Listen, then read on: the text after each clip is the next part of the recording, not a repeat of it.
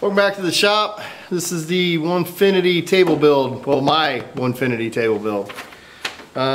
This is what I'm doing. Okay. It's called a torsion box. The center portion is 48 inches. You got 12 inches on each side, 20 inches on the other. Reason being, because there's going to be a canopy over top of it. Again, live in Ohio. Gotta deal with weather. Gotta deal with the cold. So a lot of things that are going to be going on there. So torsion box is going to be 3 inches thick. I'm going to make it out of 1/2 inch plywood. Yeah, I could make it out of 3/4. I could make it out of, you know, 2x4s. You can make it out of whatever you want. The plywood actually gives you a better height across. 2x4s could be variation a little bit. 2x4s twist and bow and stuff like that. So putting the plywood in will make sure that it's pretty flat.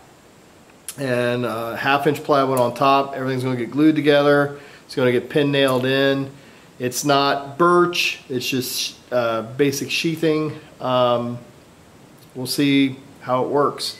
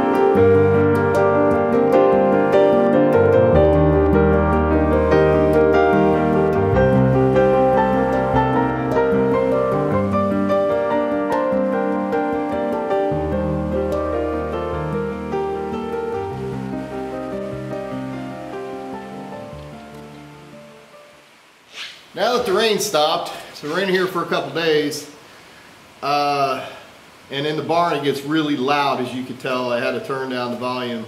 So I've been taking pictures of the progress of this. Put these together in sections, all right? I've built a lot of torsion boxes. If you just look around my shop, this bench, all the shelving, everything is a torsion box. They're just built with 2x4s. But if you put these together and make sure that the edges on one side, okay, and I mean like top or bottom, are all level, things tend to work out a little better. You gotta be real cognizant of it. So what I do is I mark top on the boards, okay? I make sure when I'm marking lines, can't see that one either. When you're marking lines where the boards go, put one line on the top, one line on the side. Don't put them on both sides. This way when you're laying it down, you can go, yeah, that's definitely the top. All right? Bunch of visual cues, I guess is what I'm trying to say, to get it to where you need to be. Also, on this side, I take a really heavy level, something that's really straight. Make sure that I clamp it down so I get a nice straight corner here, okay? And then on this, on the Y side, if you roll the Y axis, you can take clamps, not those clamps, these clamps, and you can clamp this side down, okay? Because the one thing you don't want is you do not want this thing moving. You don't want this side moving up, you don't want this side moving down. So, need a longer clamp than that. There we go. And you need another clamp to come into here. And you don't need it super tight, you just need it touching, okay? Just so it doesn't move. So, we've got this side clamped to that, to the x-axis. This is the y-axis. I'm going over there. Make sure these guys are clamped down.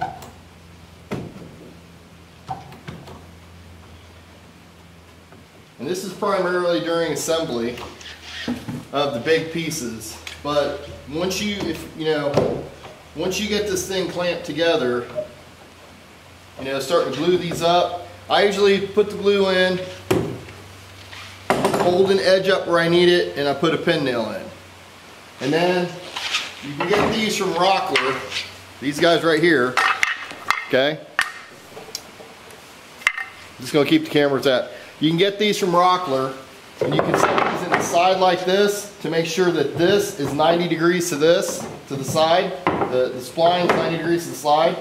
Then you can stand them up like this to make sure they're vertical. So, don't need to be absolutely 100% perfect, but they do need to be pretty perfect. And then once I get those lined up, I'll squeeze these clamps together. Either, because they could end up like this if you don't have enough space, and put 2 more nails in, 2 more pin nails. Right?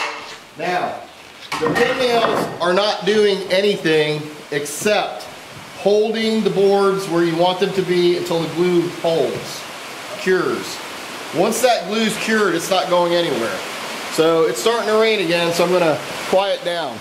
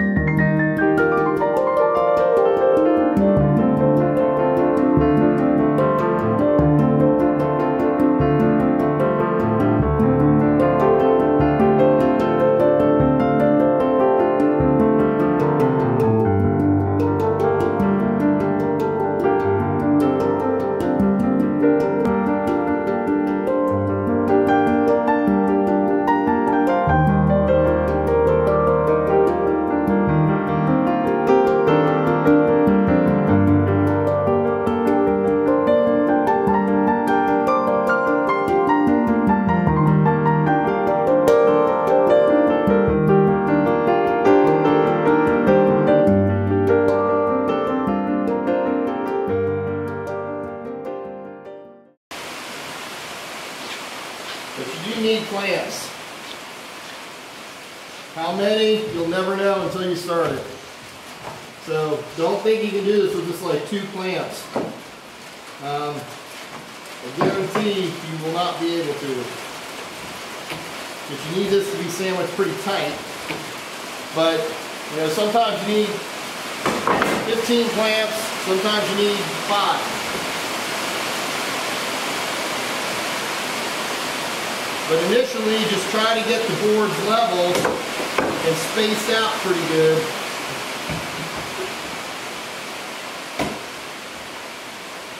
You know, get the clamps spaced out if you can.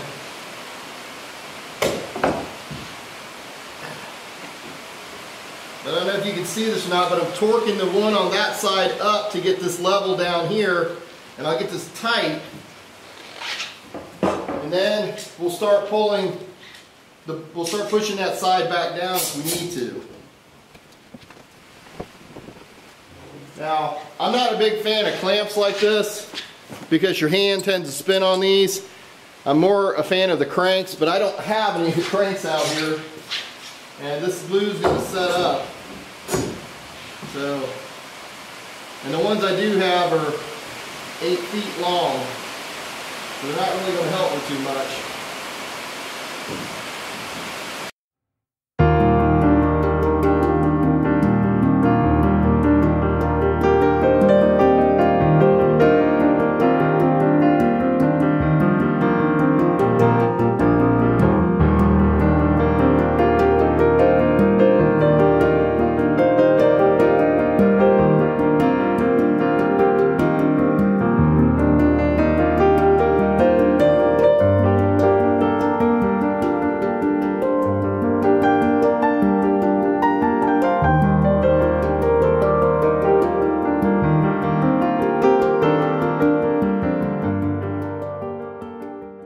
This is a measurement phase, okay? So we got to get the middle of this guy here clamped right here. Doesn't really matter. It doesn't have to be glued up, but it's got to be clamped at that point so that I can get a measurement across here so that I can measure how long the front, the top and the bottom, front and back, however, how long those 2 pieces have to be. All right, so let's get that thing going. And then before I clamp this up, I'm going to use my table saw to rip down those pieces so I can move my fence, because right now it's setting at 3 inches and I'd like to move it eventually. All right. First thing that we need to make sure we're doing is these 2 edges have got to be straight. Now, as you can see, this is not really pulling tight. Okay, it is now. The second thing is these have to be the same height. Now, for what we're doing, it's not really that important. I'm just telling you this. This is how the glue up has to happen. There's an edge here. You could spend all day trying to lift this thing up and do whatever you want to do with it. But my recommendation would be to take a piece of wood, and I don't care if you take it from all the way from the other edge, and start sliding it in to get it in there, and then pry this up somehow, shape, or form, and get it underneath of it. Okay? Or use it back here, anywhere that you can do this, so that you're going to get this edge flat, and then put a clamp on it. Alright, so you want this edge flat, and that has to be, every one of these edges have to be done this way. So that's all there is really to this, just making sure that these guys are flat. Like I said, if you use a piece of wood to get underneath wherever you need, like this one going underneath back here, flatten this out, so that's good. You can use them wherever. They don't need to just be right up against it. They don't need to be shimmed in. So, alright, so now back to the measurements.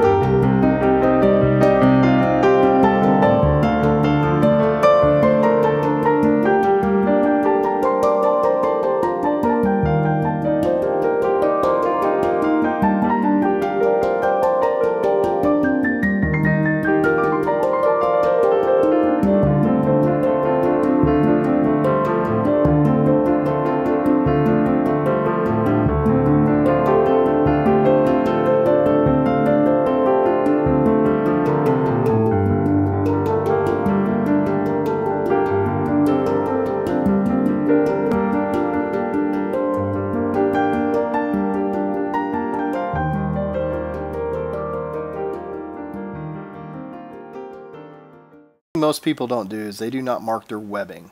One thing that you can see here in this picture is the 4, 3, 2, 1. Those are the bays that we're going to use for marking. 1, 2, 4, 3, 2 is where I mark the webbing on bay 1, bay 4, bay 3, bay 2 on the left side. And then on the right side, they were 1, 3, 2, 4. So these are the extreme sides of the two sets of webbing. If you take a ruler, you can run the ruler up against the webbing on one side as number 1, and then put it at number 1 on the other side, and you can mark the bay number 1. And then you can do it for number 2, number 3, and number 4. This way you know where all of your webbing is at. Now this takes a couple minutes before you start gluing stuff down and start putting down your plywood, but it's well worth it. Because now you can see up here on the top where I'm nailing, I can just follow these lines and I don't have to sit there and guess and lift it up and decide, did I hit it or not? And then at the end you end up with this nice, you know, piece of work.